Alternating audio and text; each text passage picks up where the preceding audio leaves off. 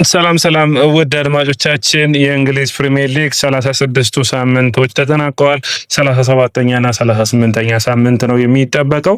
ትናንት ምሽት እንግዲህ ክሪስታል ፓላስ በጥሩ ሁኔታም በተቀያሪ በቤንች ነው የገባው። ማንቸስተር ሲቲን በተቀያሪ ነገር ግን ሲቲ የተሻለና ጣፋጭ ውጤትን ማስመዝገብ ችሏል። ታዲያ ለሰኞ ለሚደረገው አርሰናል ከበርንሌይ ለሚያደርጉት ወሳኙ የመድፈኞቹ የመጨረሻው የውድድር ዓመቱ የመጨረሻ በሜዳቸው የሚያደርጉት ጨዋታ ላይ የማይክል አርቴታ ጋዜጣዊ መግለጫን ሰጥቷል። በጋዜጣዊ መግለጫዎች የተለያዩ ሀሳቦችን አንስቷል። እሱንም እናነሳ ይሆናል። ታዲያ ውድ አድማጮቻችን እንደዚህ አይነት መረጃዎችን የምታገኙበትን ያያ ስፖርትን ላይክ፣ ሼር፣ ኮሜንት፣ ሰብስክራይብ ማድረጋችሁን አትርሱ። እናንተ ላይክ፣ ሼር፣ ኮሜንት፣ ሰብስክራይብ ብዙዎቹ ጋር እንድንደርስ የሚያግዘን ይሆናል።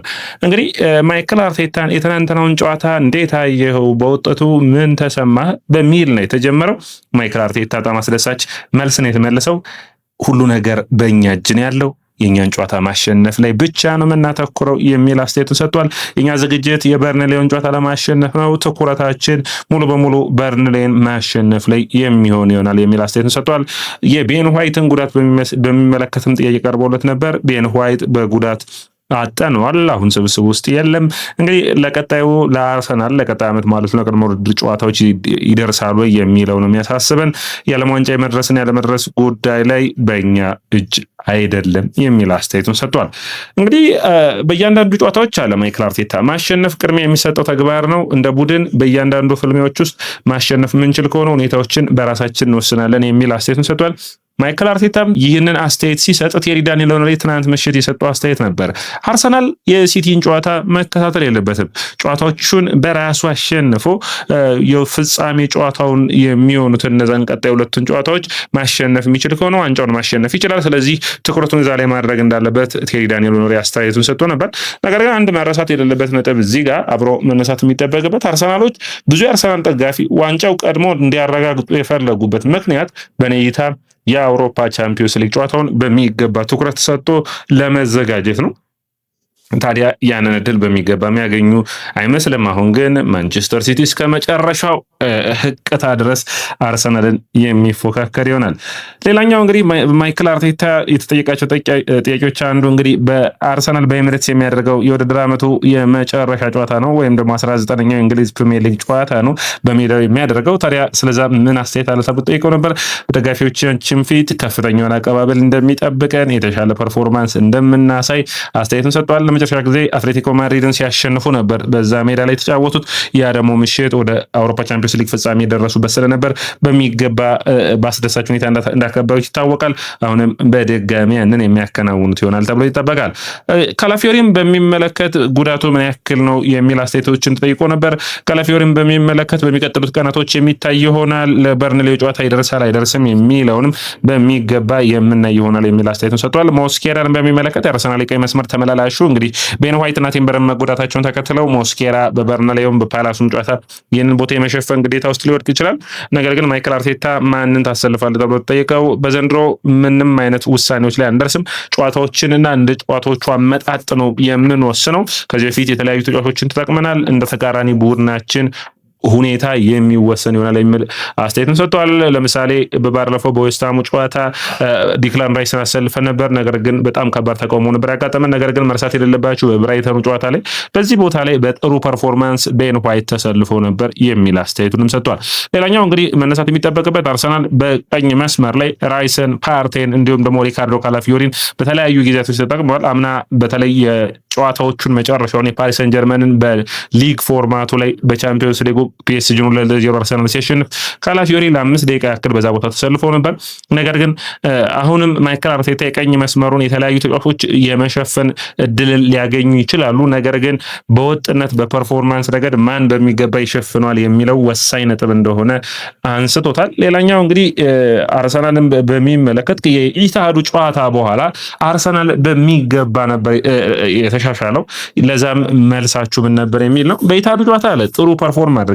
እንደ ቡድን በጣም ጥሩ የተጫወትንበት ጨዋታ ነበር። ነገር ግን ውጤትን ማምጣት አልቻለም። ታዲያ ከዛ በኋላ አንድ ብለን እንደ አዲስ የውድድር ዓመት በሚገባ ነው እያንዳንዱን ጨዋታዎች መፋለም የቻልን የሚል አስተያየት ሰጥቷል። ከዛ ጨዋታ በኋላ እንግዲህ አርሰናሎች ኒውካስትልን፣ አትሌቲኮ ማድሪድን ደርሶ መልስ እንዲሁም ደግሞ የማይረሳው የፉላሙና የስታሙ ጨዋታዎች ይታወሳሉ።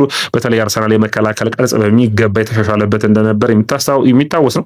በዚህ የመከላከል ቅርጽ ደግሞ አንደኛው እንግዲህ ገብርኤል ሄንዝ ነው። የቀድሞ የማንቸስተር ዩናይትድ የግራ ተከላካይ የነበረው ገብርኤል ሄንዝ የአርሰናልን የመከላከል ቅርጽ በሚገባ በማሰልጠኑ ረገድ እያገዘ እንዳለ አስተያየቶች ይናገራሉ። እንግዲህ ሌላኛው ዘንድሮ ከነ ጉዳቱ አርሰናል የተፋለመበት መንገድ በጣም አስገራሚ ነው። ስለዚህ ምን ትላለህ የሚል ተሰጥቶ ነበር። መልሱንም በሚገባ ነው የሰጠው። እንግዲህ በምልመላ ወቅት የተለያዩ ቦታዎችን መጫወት መቻል አንዱ የኛ የምልመላ አንዱ እቅዳችን አካል ነው። ስለዚህ አንዳንድ ተጫዋቾች በተለያዩ ቦታዎች መጫወት መቻል ካልሆነ በስተቀር አንዳንዴ ተደራራቢ ጉዳት በአንድ ቦታ ላይ ብቻ ያጋጥማል። ያ ደግሞ አስቸጋሪ ነው የሚሆነው። ስለዚህ በሚገባ ያንን መቋቋም መቻል ይጠበቅብናል የሚል አስተያየት ሰጥቷል። ከዛ ውጭ ማይልስ ሉዊስ ስካሊን እንዳመንክ ሁሉ ሌሎችንም ተጫዋቾች በቀኝ መስመር አምነ በጨዋታ ውስጥ የማስጀመር እድል ይኖራል ተብሎ ተጠይቆ ነበር። አይ የማይልስ ሉዊስ ስካሊ እኮ የእምነት ጉዳይ አይደለም፣ የምርጫ ጉዳይ ነው። በሚገባ በመጨረሻ ሰዓት ማይልስ ሉዊስ ስካሊን መርጠናል። በዚህም ጥሩ ፐርፎርማንሱን አሳይቶናል የሚል አስተያየቱን ሰጥቷል። እንግዲህ አርሰናል እንደ ስብስብ አርሰናል እንደ ቡድን በብዙ ሁኔታዎች ውስጥ ማይክል አርቴታ አሁን በራስ መተማመኑ ቡድኑ ውስጥ ያለውን ስሜት በሚገባ የሚያስተላልፍ ነው። እንግዲህ ሰኞ ምሽት በርንሌ 1 ብሎ ይጀምራል። እሁድ ደግሞ ወሳኙ የተጠባቂው የሚሆነው ጨዋታ ይቀጥላል ማለት ነው። በአጠቃላይ ግን አርሰናል አሁን ቀጥታ ትኩረቱን የሚያደርገው ነገሮችን ሁሉ በራሱ የመጨረስ ጉዳይ ላይ ነው የሚሆነው።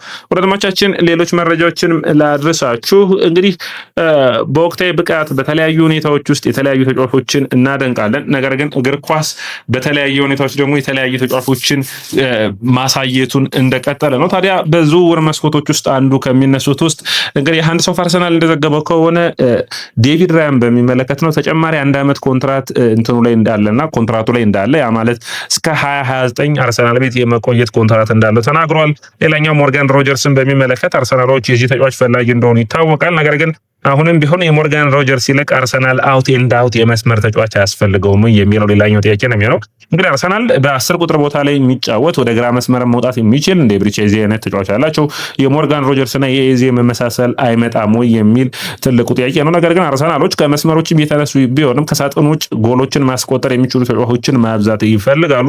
ስለዚህ ሞርጋን ሮጀርስ የሊያንድሮ ትሮሳርድ አይነት ተተኪ የሚሆን ከሆነ መስመሩን ጠብቆ የሚጫወት ደግሞ ሌላ ተጫዋችን የማስፈረም እድላቸው ይኖራል። ነገር ግን አርሰናሎች ሞርጋን ሮጀርስ፣ ባርኮላም አርሰናሎች በዝውውር መስኮት ከሚፈልጓቸው ተጫዋቾች ውስጥ አንዱ እንደሆኑ ይታወቃል። እንግዲህ ሌላኛው አንቶኒ ጎርደን እያልን እንዲሁም ደግሞ ኡስማን ዲዮሜንዴንም መርሳት የለብንም።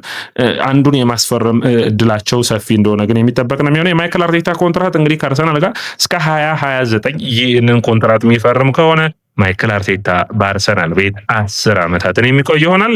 ይህ ትልቅ በራስ መተማመንን የሚያመጣለት ይሆናል። ለቡድኑም የተለየ ብቃቱን የሚያመጣ ይሆናል ብዬ አስባለሁ። በተለይ የማይክል አርቴታ ኮንትራት ማደስ የተጫዋቾቹ ኮንትራት ማደስ ላይ የሚጨመር ይሆናል። እንግዲህ አርሰናሎች በአውሮፓ ቻምፒዮንስ ሊግ ፍጻሜ ጨዋታ ላይ ቲምበር እና ሚካኤል ሞሬኖንም ከጉዳት ይመለሳሉ ብለው ይጠብቃሉ። ከጋዜጠኞች ለቀረበለት ጥያቄ በቲምበርን በሚመለከት አሁን የሆነ አይነት ጭምጭምታዎችን እያየን ነው። ወደ በማገገሙ ሂደት ላይ ጥሩ ሁኔታዎችን እያየን ነው። ነገር ግን ለረጅም ጊዜ ነው ከጨዋታ የራቀው። ስለዚህ በምን ያክል ፍጥነት በምን ያክል ጥሩ ብቃት ይመለሳል የሚለው ትልቁ ጥያቄ ነው የሚል ማይክል አርቴታ አስተያየቱን ሰጥቷል። ሚካኤል ሞሬኖ በሳር ላይ ልምምዱን እንደጀመረ የሚታወቅ ነው።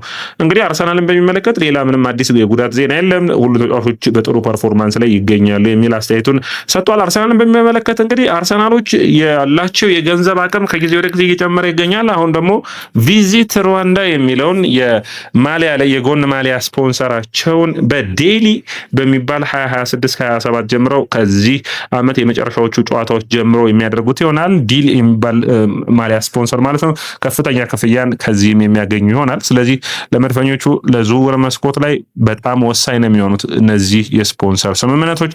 አርሰናል እንግዲህ ኤሚሬትስን ሲገነባ በጣም ትልቁ ከሚጠበቁ ስታዲየሞች አንዱ ነበር። ማይክ በተለይ ብዙዎቹ እንደሚሉት የኤሚሬትስ እያንዳንዱ ጡቦች ሲያርፉ የአርሰን ዌንገር ልፋት አለበት የሚል አስተያየቶች ይሰጣሉ። ምንም ጥያቄ የለውም። ታዲያ አሁን ኤሚሬትስን ደግሞ ከ20 ዓመታት በኋላ መድፈኞቹ የተጫዋቾችን የሚይዘውን የደጋፊዎችን ብዛት ማስፋት ይፈልጋሉ። ከ60 ሺህ ከፍ ለማድረግ ጥረታቸውን የሚቀጥሉ ይሆናል። ታዲያ ትናንት በሚገርም ሁኔታ ከኤሚሬትስ ከመጀመሪያ ዲዛይን ካደረገው ሰው ጋር ንግግርን አድርገዋል። እንግዲህ አርሰናል እቅዱ እስከ 80 ሺህ ማስፋት ነው።